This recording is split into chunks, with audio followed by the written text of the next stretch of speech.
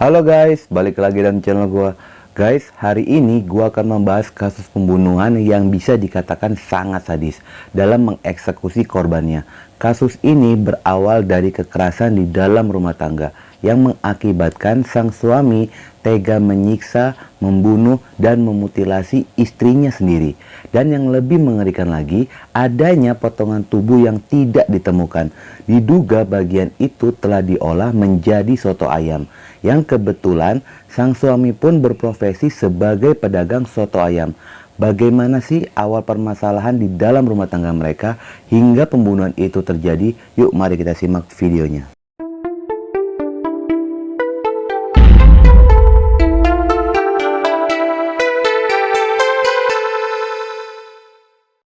Pria ini bernama Benget Situmorang, berusia 36 tahun, yang merantau ke Jakarta dari Samosir, Sumatera Utara.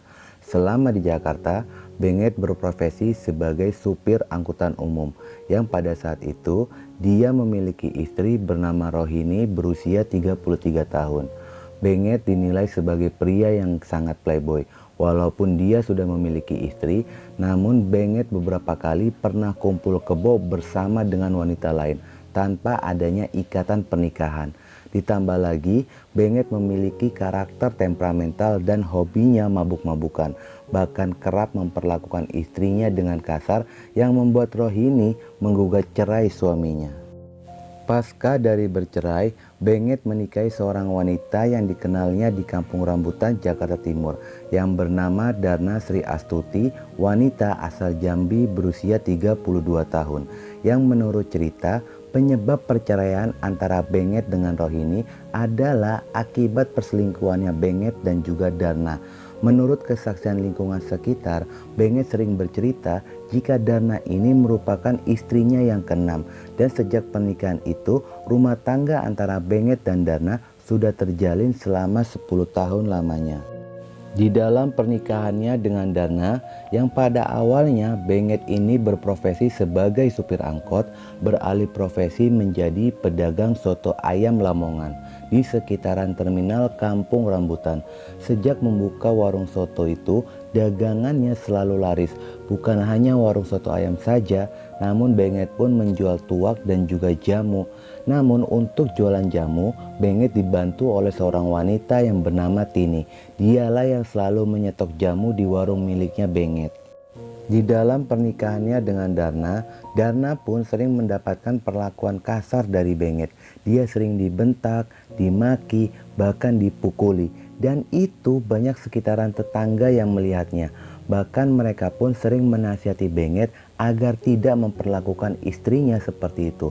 Namun karena hal itu sudah biasa dilakukan oleh Benget, sehingga kejadian tersebut selalu terulang kembali. Entah kenapa, Darna pun lebih memilih mempertahankan rumah tangganya.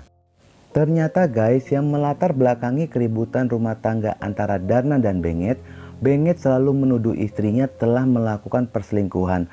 Namun tuduhan itu tidak pernah memiliki bukti. Darna pun yang tidak merasa melakukan perselingkuhan, dia berusaha untuk membela dirinya dan meyakinkan jika dia tidak pernah melakukan perselingkuhan itu. Namun apapun usaha dari Darna untuk membela diri, Benget selalu menyelesaikannya dengan pukulan ke Darna.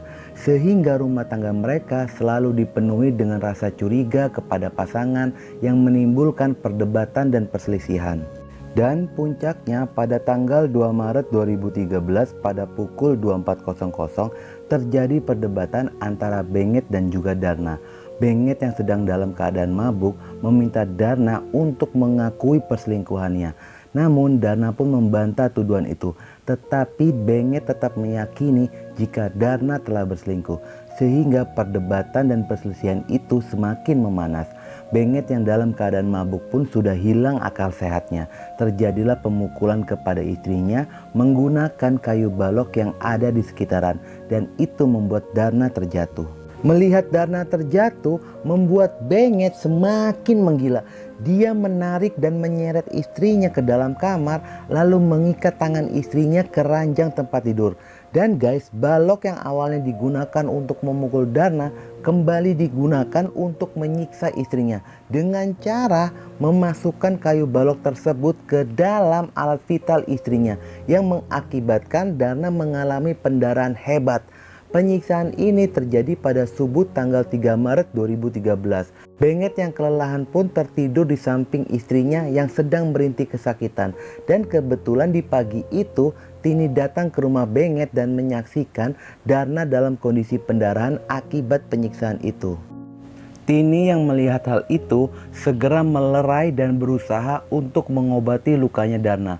Lantas, Benget yang terbangun melihat hal itu, dia tetap melanjutkan penyiksaannya terhadap istrinya dengan cara memasukkan kepalan tangan ke dalam alat vital istrinya. Mendengar istrinya merintih kesakitan tidak membuat hati Benget merasa iba. Dia pun langsung mengambil botol aqua dan mengisinya dengan air panas, lalu memasukkan botol itu ke dalam alat vital Darna. Gila banget ini sih. Kebayang banget gua rasa sakit yang dialami oleh Darna. Kambing banget sih lu Benget. Guys, kalian bisa bayangkan mulai dari tanggal 2 hingga tanggal 3 Maret 2013 Benget terus melakukan penyiksaan terhadap istrinya. Dan pada tanggal 4 Maret Benget sudah tersadar dari mabuknya. Dia pun terkejut ketika melihat istrinya sudah tidak bergerak lagi dan tidak ada suara rintihan dari istrinya. Lalu Benget pun memeriksa detak jantung istrinya dan di hari itu Darna sudah dalam kondisi tidak bernyawa. Dalam kondisi bingung, panik, akhirnya Benget pun memutuskan untuk memutilasi tubuh istrinya.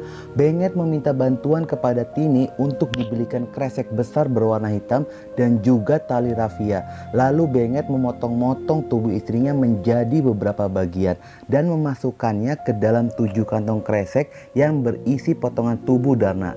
Benget melakukan mutilasi mulai dari tanggal 4 Maret pada malam harinya sampai tanggal 5 Maret 2013 waktu subuh. Dalam proses mutilasi ini bisa dikatakan sangat cepat, hanya dalam hitungan beberapa jam saja, dikarenakan Benget itu dibantu oleh Tini.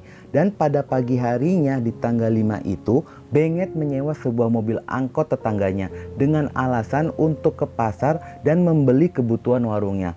Lalu guys, potongan tubuh Darna dimasukkan ke dalam angkot dan Tini pun ikut membantu memasukkan kantong-kantong kresek itu ke dalam angkot. Benget pun membakar tempat tidurnya yang dipenuhi dengan darahnya Darna. Dan kayu yang digunakan untuk menganiaya Darna ikut dibakar oleh Benget. Lagi-lagi Tini pun ikut membantu dalam proses itu. Lalu Benget membawanya ke jalan tol Jakarta Cikampek dan menyuruh Tini untuk membuang kantong itu ke beberapa titik sepanjang jalan tol Jakarta Cikampek. Yang pada awalnya semua itu berjalan mulus tanpa diketahui oleh orang lain. Namun keesokan paginya petugas polisi patroli jalan tol mendapatkan laporan jika ditemukan potongan tubuh manusia di sekitaran jalan tol.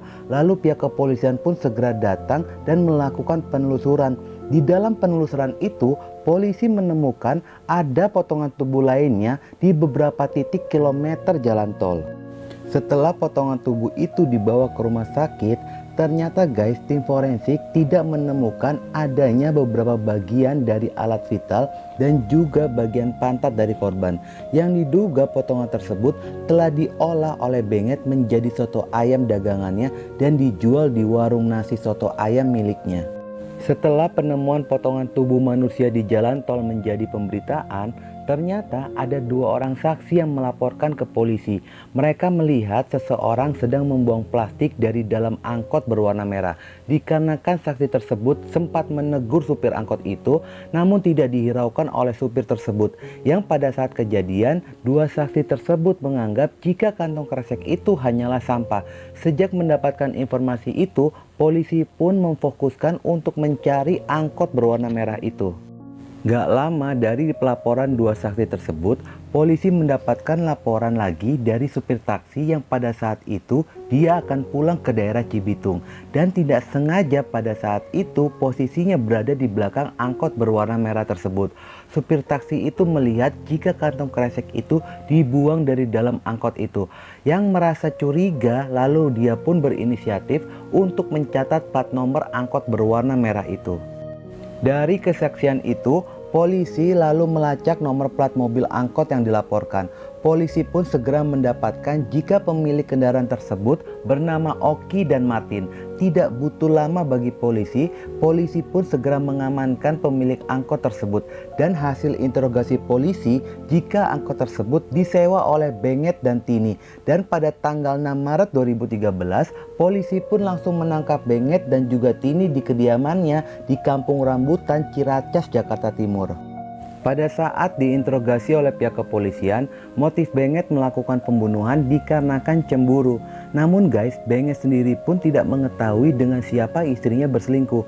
Bahkan guys, Benget pun tidak tahu pria mana yang harus dia curigai. Guys, menurut kalian halu nggak sih ini orang? Jelas dia bingung selingkuhnya sama siapa. Orang istrinya nggak pernah selingkuh. Di dalam penyelidikan, polisi mengkategorikan pembunuhan ini adalah pembunuhan berencana dikarenakan dilihat dari sisi waktu, alat yang digunakan untuk memutilasi, dan juga bentuk potongan terlihat sangat rapi. Ditambah lagi, alasan Tini membantu Benget memutilasi Darna karena dia ingin membalas budi atas kebaikan Benget. Dari beberapa hal itu, kasus pembunuhan ini dimasukkan ke dalam kasus pembunuhan berencana dan menduga ini adalah motifnya asmara karena ada kesaksian dari Suryani sepupunya Darna yang mengatakan jika Benget telah berselingkuh dan akhirnya terungkaplah jika Benget dan Tini telah memiliki hubungan asmara. Dan guys, menurut pengakuan pengacaranya, jika dugaan organ tubuh korban yang hilang itu telah dijadikan soto daging tidaklah benar. Benget mengaku jika potongan tersebut telah dibuang ke Kali Cipinang. Dan ternyata selama pernikahannya dengan Ro ini memberikan kesaksian selama pernikahan itu Benget selalu bersikap kasar. Dampak dari perlakuan kasar Benget membuat Ro ini harus menderita cacat seumur hidup yang membuat mata sebelah kirinya menjadi buta. Di dalam proses pengadilan pada tanggal 26 September 2013, Tini terbukti telah membantu dan merencanakan pembunuhan terhadap Darna dan majelis hakim pun melakukan vonis 14 tahun masa penjara. Sedangkan guys, untuk Benget yang pada saat akan dilakukan vonis terpaksa sidang harus ditunda dikarenakan Benget mengalami sakit. Dan pada tanggal 30 September 2013 Benget dilarikan ke rumah sakit dan akhirnya Benget pun meninggal karena sakit asma akut dan TBC. Oke guys, itulah video gua kali ini. Benar-benar sadis dan kejam apa yang dilakukan oleh Benget. Di dalam kisah ini menjadikan pelajaran untuk wanita agar berhati-hati memilih pasangan. Terlebih jika pasangan itu sudah mulai terbiasa melakukan pemukulan kepada wanita. Karena semakin hari kadar kekerasannya akan semakin bertambah. Sebaiknya kalian meminta perlindungan kepada aparat penegak hukum. Dan jangan lupa ikuti terus video gua. Oke?